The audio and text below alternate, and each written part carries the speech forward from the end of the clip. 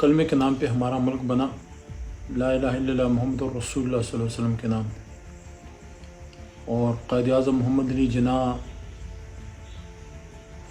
جو حضور نبی کریم صلی اللہ علیہ وسلم کے فیض سے ملک ہمیں ملا، ان کے حکم پہ قائد اعظم محمد علی جناح یہ پاکستان ہمیں ایک تحفتاً دے گئے، اور میں سمجھتا ہوں بہت بڑا غلام رسول تھا محمد علی جناح۔ میں فاسٹ فورڈ میں آپ کو 2023 میں لے آتا ہوں۔ 1947 لاکھوں مہاجرین کی قربانی، ہزاروں خواتین کی عصمت دریاں، مسلمانوں کے بچوں کے سر نیزوں پہ اچھلنا، ان کے تلواروں سے اور کرپانوں سے ان کے بدن چھلنی ہونا، اور پاکستان کا بننا، اور پھر پچھلے 75 سالوں میں بے شمار جوانوں کی شہادتیں، کہیں میجر عزیز بھٹی صاحب شہید ہو رہے ہیں، کہیں کرنل شیر صاحب دشمن کی کھچار میں گھس رہے ہیں، کہیں پولیس کے عظیم جوان جو ہیں قربانیاں جو ہیں وہ دے رہے ہیں، ملک سعد جو ہیں وہ شہید ہو رہے ہیں، اور ہمارے بے شمار پولیس کے لوگ شہید ہو رہے ہیں، ہماری پیرا ملٹری کے، پھر ہمارے علماء کرام، بڑے بڑے علماء کرام جو ہے وہ شہید ہوئے، مولانا حسن جان صاحب جیسی بڑی شخصیت شہید ہوئے، اور حکیم محمد سعید صاحب کیا عظیم شخصیت، وہ شہید ہوئے۔ اتنی قربانیاں ہم نے دیں، اور یہ ملک اس مقام پہ پہنچا کہ اسلامی نیوکلیئر اسٹیٹ بنا، اور آج قائم ہے۔ یہ بھی اللہ کا ایک کرشمہ ہے۔ لیکن آج جب میں سوچتا ہوں کہ مقبوضہ کشمیر میں ہمارے کشمیری بھائی آج بھی کہتے ہیں کہ وہاں جو ہماری بہنیں ہیں وہ آج بھی کھڑکی کھول کے پاکستان کی طرف دیکھتی ہیں کہ ہمارے بھائی جو ہیں ہمیں بچانے آئیں گے، اور اسی طرح فلسطین میں فلسطینی کسی ملک کی طرف نہیں دیکھتے، پاکستان کی طرف دیکھتے ہیں، پاک فوج کی طرف دیکھتے ہیں، ہم سب 22 کروڑ ہم لوگوں کی طرف دیکھتے ہیں، ہمارے ساتھ ان کا ایک روحانی رشتہ ہے۔ لیکن آج اگر آپ دیکھیں تو فلسطینی بچوں کے کٹے ہوئے جسم، کسی کا ہاتھ نہیں، کسی کے پیر نہیں، کوئی بچہ جو ہے اپنی مردہ ماں کی لاش کے اوپر پڑا ہوا رو رہا ہے، کوئی کسی ماں کی گود میں اس کا مردہ بچہ ہے۔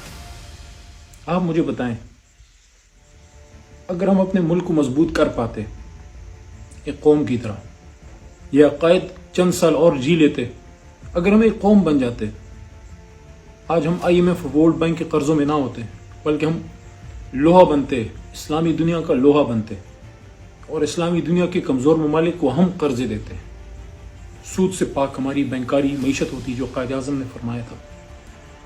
فوج تو ہماری دنیا کی سب سے مضبوط فوج ہے، لیکن کیا اس کو ہم نے پیچھے سے اس طرح سے سپورٹ دی ہے ایک مضبوط معیشت یا ایک ویلفیئر اسٹیٹ کے ذریعے، ایک پاک شفاف نظام جس میں ایماندار سیاستدان؟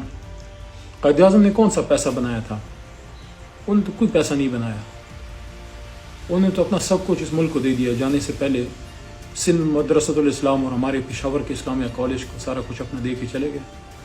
تو اگر میرا نقطہ یہ ہے کہ اگر ہم ایک قوم بن گئے ہوتے تو آج اسرائیل ہمارے بہن بھائیوں کی اس طرح وہاں پہ وہ مردہ جسموں سے موت کا رقص ہونا مچا رہا ہوتا۔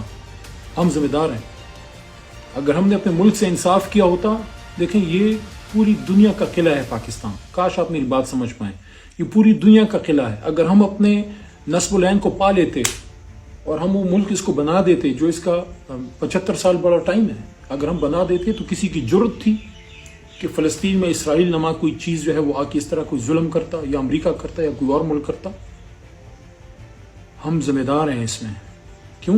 کیونکہ ہم نے اپنے ملک کو مضبوط نہیں کیا، ہم نے اپنے ملک کی معیشت کو مضبوط نہیں کیا۔ اور میں کسی سیاستدان کا نام نہیں لے رہا، کسی ملٹری ڈکٹیٹر کا نام نہیں لے رہا، میں پوری قوم کی بات کر رہا ہوں کہ ہم نے ایز اے قوم ہم لائن بنانا نہیں سیکھے۔ روڈ پہ آپ جائیں، آپ ہر ایک دوسرے سے آگے نکلنے کی کوشش کریں، یار یہ آپ کا بھائی ہے، اس کو راستہ دو۔ دنیا میں جب کبھی آپ راستہ دیتے ہیں کسی کو، اللہ آپ کو راستہ دیتا ہے۔ لیکن ہم نہ اپنے نبی پاک صلی اللہ علیہ وسلم کی سنت پہ گئے، نہ ہم نے اس ملک کو اپنا ملک سمجھا۔ اور آج جب پاکستان معاشی طور پہ تباہ حال ہے، ہمارا ہاتھ 75 سال سے ایسے ہے، جب تک یہ ہاتھ اس کی بجائے دینے والا ہاتھ نہیں بنے گا، ایک معیشت مضبوط نہیں ہوگی، چاہے جتنی قربانیاں ہمارے جوان دیں میدان جنگ پہ، اگر پیچھے آپ کی تگڑی سیاسی لیڈرشپ نہیں ہے، جن کو اس ملک سے کچھ چاہیے نہیں، اس ملک کو ہم نے کچھ دینا ہے، کیونکہ ملک کی مثال ماں کی طرح ہوتی ہے۔ آپ ماں کی خدمت اس لیے نہیں کرتے کہ آپ اس سے کوئی آپ کو کچھ ترکے میں چاہیے، آپ ماں کی خدمت اس لیے کرتے ہیں کہ وہ آپ کی ماں ہوتی ہے، بس that's all. She is your mother, you sir.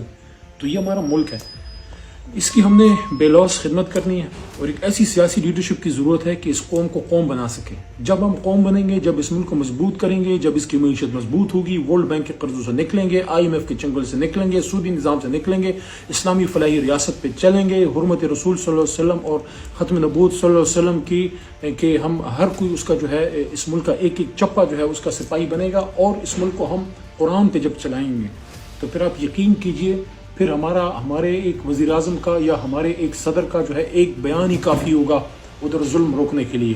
آج ہم سے کسی کے دل میں ہیبت ہی نہیں ہے، کسی کو کوئی ڈر ہی نہیں ہے.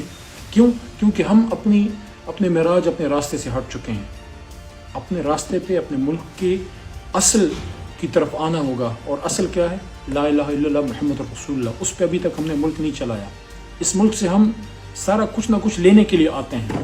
جب ہم اس لیے سیاستدان آئیں گے نا اس ملک میں سیاست کرنے کے، ہم نے اس سے کچھ لینا نہیں ہے، اس کو کچھ دینا ہے، پھر آپ دیکھیے اللہ تعالیٰ اس ملک کو کہاں تک پہنچائے گا. پھر مسئلہ فلسطین بھی حل ہوگا، مسئلہ کشمیر بھی حل ہوگا، اور دنیا میں اسلام کا بول بالا ہوگا. یقین کیجئے مذہبی لحاظ سے اس پہ میرا پکا ایمان ہے کہ مذہبی لحاظ سے ہمارا کعبہ مکہ مکرمہ میں ہے، لیکن سیاسی لحاظ سے امت مسلمہ مضبوط ہوگی اسلام آباد سے. اور ایک وقت آئے گا کہ اسلام آباد اور پاکستان کی ہاں اور نہ میں دنیا کی ہاں اور نہ کے فیصلے ہوں گے. پاکستان زندہ باد.